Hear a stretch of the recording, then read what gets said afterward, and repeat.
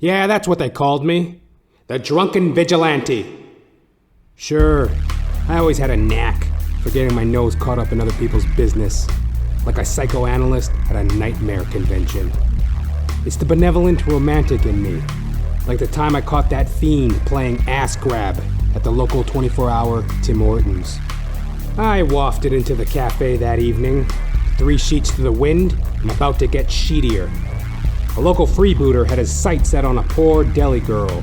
He was all hands and no reservations, like a priest at a petting zoo. Hands to yourself. Or didn't Mommy teach you that? I said, in a cool suavity, the alcohol bursting from every pore. Nah, she didn't have the time. 'Cause Daddy was busy teaching me this! The thug replied, issuing me an electric jab to the thorax, tickling me beneath the breastbone. This simply would not do, so with the strength of 2 dried-out drunks, I glommed a hold and tossed the lousy prick into the cash register. I was gazing deeply into the smoky eyes of the deli girl when the fuzz rolled in. She was a tender little chicken. The type you like to take home and give a good dusting, then let marinate overnight. After a coffee and a few donuts, the cops got to work, I guess, peeling the molester off the dirty, greasy diner floor. One of the cops turned to me and said, "Well, we hope you got a few good shots in on him, kid." Ah, sure. One can always sing their own praises, especially when you only got a couple of tunes in the old music box. But get too flashy, that's when you're begging for trouble. Then you're liable to wake up, your cock caught on the wrong side of the fence. And that's when you go first class, baby. All the way. Take the time I was stagger drunk, closing the show out, down on Queen Street, Toronto. It was the era of the tucked-in bootleg. Every mammal so cute, goose stepping around in their neatly coiffed pant legs and Blundstone boots. It was sickening to me, of course. I figured I'd air out my troubles by unfurling my snickerdoodle and whizzing all over an ATM machine. A statement of expressionism, as my professors would say. Oh, yes. Well, the hogs didn't take kindly to it, and they were on me like a billy club on a black booty. "Stop, in the name of the law!" one of them bellowed at me, midstream. I shook out the last drop, turning to face the prosecution. "I'm a comedian, for heaven's sake," I pleaded, regaling them in my charismatic way. "Well, there's nothing funny doing here, piss tank," one of the officers said. "We're talking public urination." A mere dribble, a minor malpractice, I cajoled, the light leaving from the eyes of my accusers. "Why didn't you just go around the corner? Why'd you have to do it here? Why?" The flatfoot droned on. His indignation at my feral urge spread to the crowd of onlookers, the pungent stench of urine creating a vapor barrier between the forming mob and myself. "Haven't you anything better to do than trap an innocent man for pissing?"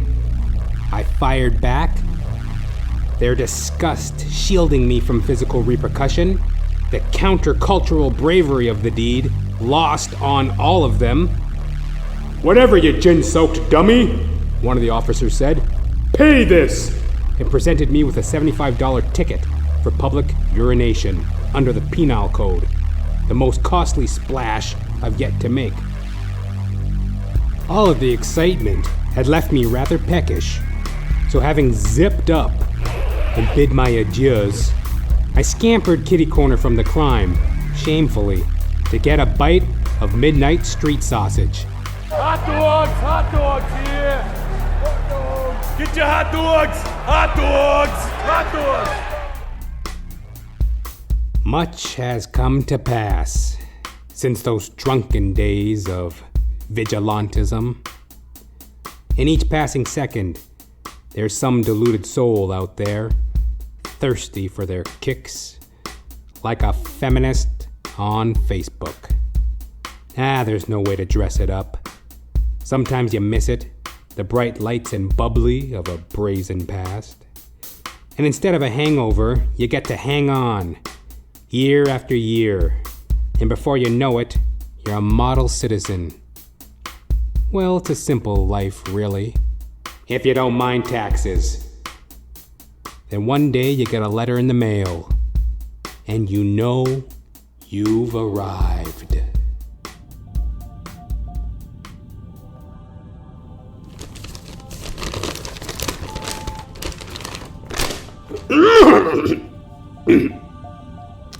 Dear prospective juror, your name was selected at random from a municipal enumeration list to be considered for inclusion in a jury roll, which is a list of potential jurors.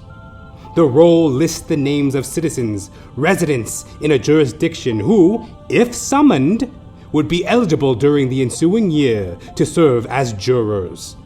Juries play an important role in the criminal and civil trials, as well as coroner's inquests. In order to prepare the roll, your assistance and cooperation are required. You are required by law to fill out the enclosed questionnaire. Please read each question carefully to ensure that your answer is complete and accurate. Within 30 days of receipt, return the completed questionnaire using the enclosed, pre-addressed, postage-paid envelope. Please note that receipt of this letter and completion of the questionnaire does not mean that you have actually been chosen to serve on a jury. No! Your eligibility to serve as a juror will be determined based on the answers you have provided to the questions in the questionnaire. Eligible individuals will be randomly summoned for jury duty throughout the next year and may be chosen to serve as jurors at that time. In conclusion, I want to stress that the jury system is one of the most important elements of our justice system. Jurors are responsible for determining, with the guidance of a judge, questions of fact in either civil or criminal court proceedings. As coroner's inquests, jurors are responsible for inquiring into the death and delivering a verdict. Service as a juror is one of the most valuable contributions that members of our society can make. Thank you. Thank you. Oh, thank you for contributing your time to this important endeavor. Yours truly, Deputy Attorney General. Deputy Attorney General.